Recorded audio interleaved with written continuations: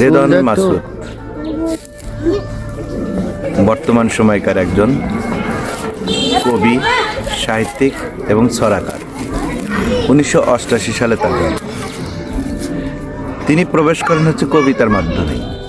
সর্বপ্রথম তার কবিতা বের হয় 2014 সালে বইমেলাতে এবং খ্যাতি অর্জন করেন উপন্যাসের মাধ্যমে।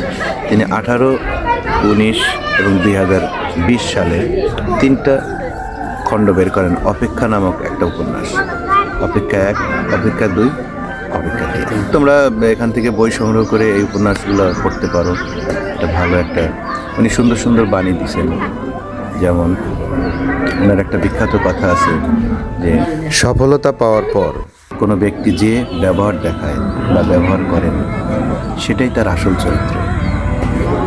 আমরা প্রতিষ্ঠিত হওয়ার পরে কীরকম আচরণ করলাম সেটাই আসল চরিত্র।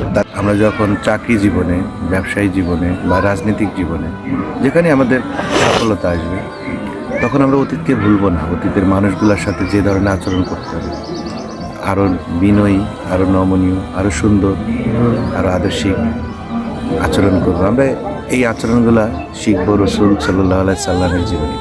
ওকে।